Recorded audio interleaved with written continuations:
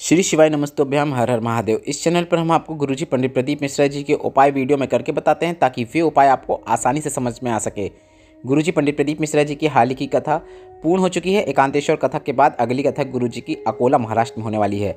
उससे पहले इस वीडियो में हम आपको वैशाख माह में किए जाने वाले 7 महाउपाय बता रहे हैं जो कि आप इस वैशाख माह में करके अधिक से अधिक लाभ प्राप्त कर सकते हैं। क्योंकि वैशाख माह में कुछ ही दिन शेष रह गए हैं, 3 से 4 दिन शेष रह गए हैं और ये उपाय सिर्फ और सिर्फ वैशाख माह के हैं, इसलिए ये उपाय आप करना बिल्कुल भी ना भूलें।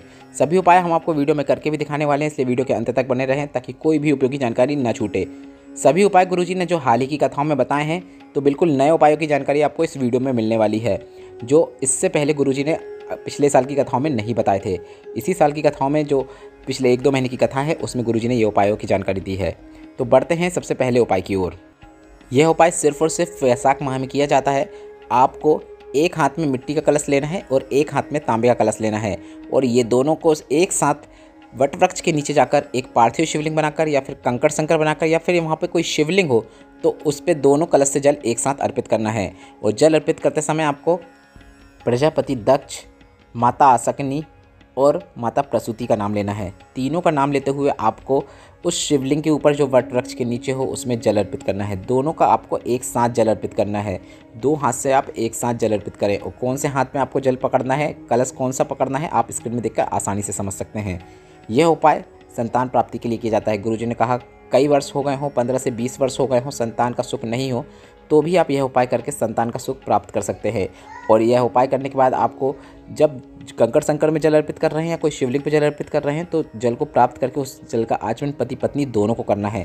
कंकड़ संकर में अगर आप यह उपाय कर रहे हैं, अगर आपको वट वृक्ष के नीचे कोई शिवलिंग नहीं मिल रही है तो कंकड़ संकर में कर रहे हैं तो कोई प्लेट में उपाय करें, मतलब प्लेट में जल चढ़ाएं और उसके बाद थोड़ा सा जल का आचमन कर लें। इस प्रकार से जल का आचमन करने से संतान सुख की प्राप्ति होती है, महादेव की विशेष कृपा प्राप्त होती है। गुरुजी का बताया यह उपाय गुरुजी ने हाल ही में पूर्ण हुई प्रसूति शिव महापुराण कथा में बताया था, जो कि संतान प्राप्ति का बिल्कुल नया उपाय है। अब बढ़ते हैं दूसरे उपाय की ओर, जो कि वैशाख माह में किया जाता है।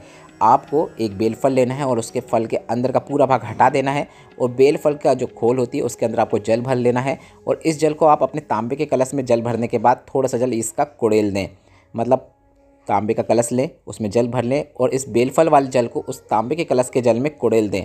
इसके बाद इसे लेकर आपको शिवालय जाना है और इस बेलफल वाले जल को आपको शिवलिंग के ऊपर अर्पित करना है। और इसके बाद जल का थोड़ा सा भाग प्राप्त करके उस जल का आपको आचमन भी करना है। गुरुजी का बताया यह विशेष उपाय है जो कि महारोग मुक्ति उपाय है, जो कि सिर्फ और सिर्फ वैशाख माह में किया जाता है। गुरुजी ने कहा इस वैशाख माह में आप यह उपाय करके कितना भी बड़ा रोग क्यों ना हो, आपको रोग मुक्ति प्रदान होती है।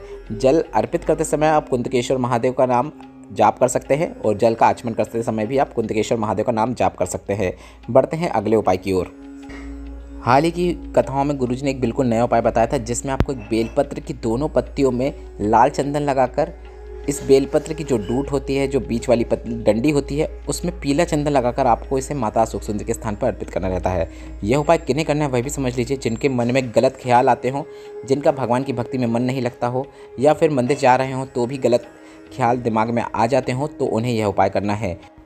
मतलब आप भगवान की भक्ति करना चाहते हैं फिर भी आपका मन इधर उधर डोल जाता है, मन में गलत ख्याल आ जाते हैं, तो आप यह उपाय करके अपनी भक्ति को महादेव के प्रति दृढ़ कर सकते हैं।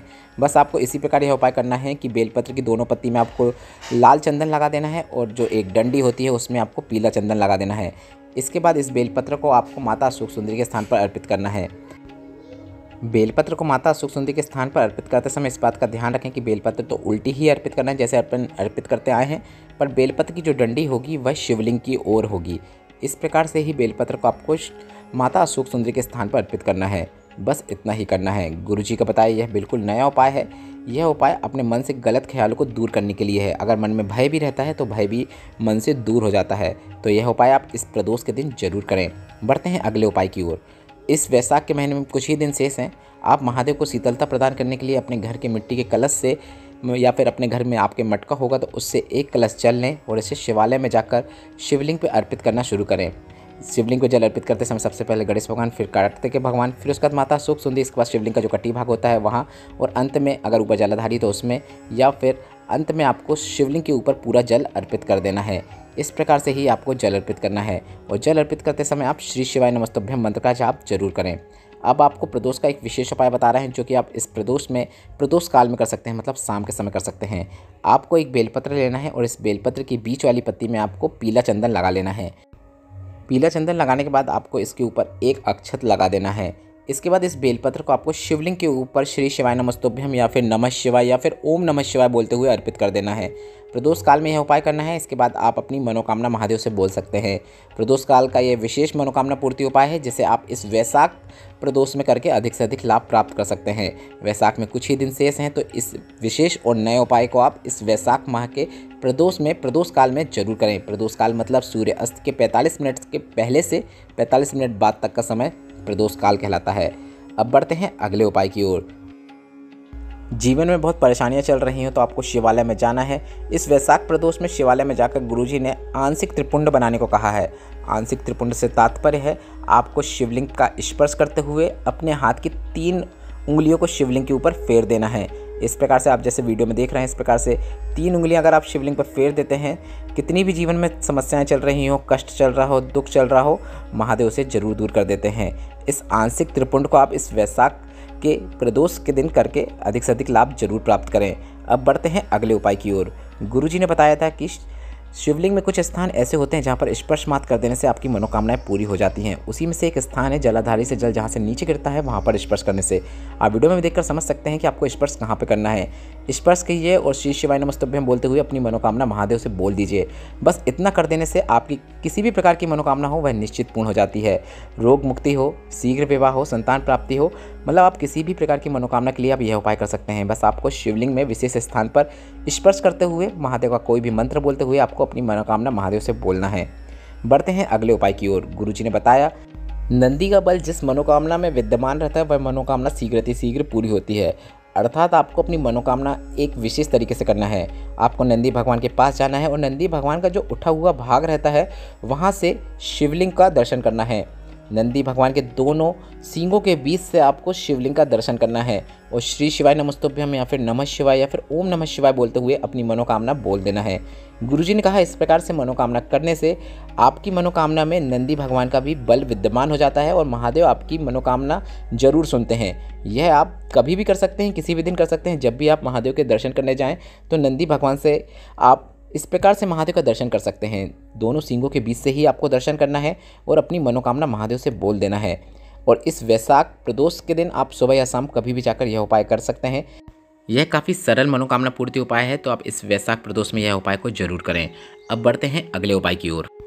गुरुजी ने धतूरे के पुष्प से संबंधित एक नए उपाय की जानकारी दी थी जिसमें आपको धतूरे के पुष्प को शिवलिंग पर 2 जगह अर्पित करना होता है।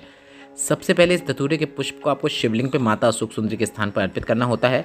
इसे माता अशोक सुंदरी के स्थान पर आपको इस प्रकार से अर्पित करना है कि पुष्प का मुख शिवलिंग की ओर हो और पुष्प की डंडी का मुख जलाधारी की ओर हो। आप वीडियो में देखकर समझ सकते हैं कि पुष्प को माता अशोक सुंदरी के स्थान पर किस प्रकार से अर्पित करना है। इसके बाद इस पुष्प को माता अशोक सुंदरी के स्थान से उठाकर शिवलिंग के ऊपर अर्पित करना होता है। शिवलिंग के ऊपर अर्पित करते समय आपको इस बात का ध्यान रखना रहता है कि आप जिस स्थान से बैठकर पुष्प को अर्पित कर रहे हैं पुष्प का मुख आपकी ओर होना चाहिए। आप वीडियो में भी देखकर समझ सकते हैं कि इस उपाय को आपको किस प्रकार से करना है। यह उपाय इसलिए किया जाता है कि आपके जीवन में जितने दुख तकलीफ और कष्ट चल रहे हों वह महादेव जरूर दूर करें। घर में पैसों की कमी हो, कर्जा बढ़ते चले आ रहा हो तो भी आप यह उपाय कर सकते हैं। धतूरे के पुष्प को शिवलिंग पर अर्पित करने से महादेव मनवांछित फल को प्रदान करते हैं। यह उपाय गुरुजी ने विशेष सोमवार या फिर विशेष प्रदोष में करने को कहा है। तो इस वैशाख के विशेष प्रदोष में आप यह उपाय करके अधिक से अधिक लाभ प्राप्त कर सकते हैं। आपको बस एक धतूरे के पुष्प को शिवलिंग पे 2 जगह अर्पित करना है। इसके बाद आप श्री शिवाय नमस्तुभ्यम मंत्र का जाप वहीं बैठकर भी कर सकते हैं। बस इतना ही करना है। बढ़ते हैं अगले उपाय की ओर। वैशाख माह में कुछ ही दिन शेष हैं तो आप इस काले तिल वाला उपाय को जरूर करें। सबसे पहले आपको काले तिल को शिवलिंग के ऊपर अर्पित करना है। काले तिल को शिवलिंग पे अर्पित करने के बाद आपको एक बेलपत्र और एक शमी पत्र लेना है और एक बेलपत्र और शमी पत्र को भी आपको शिवलिंग के ऊपर अर्पित करना है। इस उपाय को उन्हें करना है जिनके हाथ पाँव में कंपन बनी रहती हो, उंगलियां कांपती हों, हाथ पाँव कांपते हों या फिर खड़े रहने पे या कोई कार्य करने पे अपने हाथ पाँव कांपते हों तो आपको यह उपाय करना रहता है। इसके बाद आपको इस जो बेलपत्र और शमी पत्र को आपने शिवलिंग के ऊपर अर्पित किया है उसे उठाकर आपको जलाधारी से जल जहाँ से नीचे गिरता है वहाँ पर अर्पित कर देना है।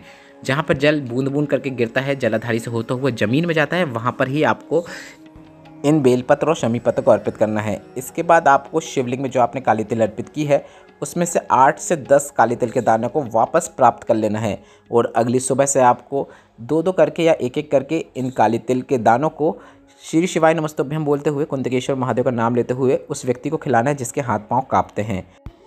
इस उपाय को आपको वैशाख माह में शुरू कर देना है। इसके बाद आप वैशाख माह के बाद भी ये उपाय करते रहेंगे, जब तक काली तिल खाएंगे तब भी चलेगा, पर आपको वैशाख माह में इस उपाय की शुरुआत करना है। हाथ पांव की कंपन जरूर दूर होगी। उपायों से संबंधित प्रश्न अभी भी आपके मन में हो तो आप कमेंट के जरिए पूछ सकते हैं। मेरे द्वारा दी गई यह जानकारी अगर आपको उपयोगी लगी हो तो वीडियो को लाइक करके कमेंट बॉक्स में हर हर महादेव टाइप करना मत भूलिएगा। श्री शिवाय नमस्तुभ्यम। हर हर महादेव।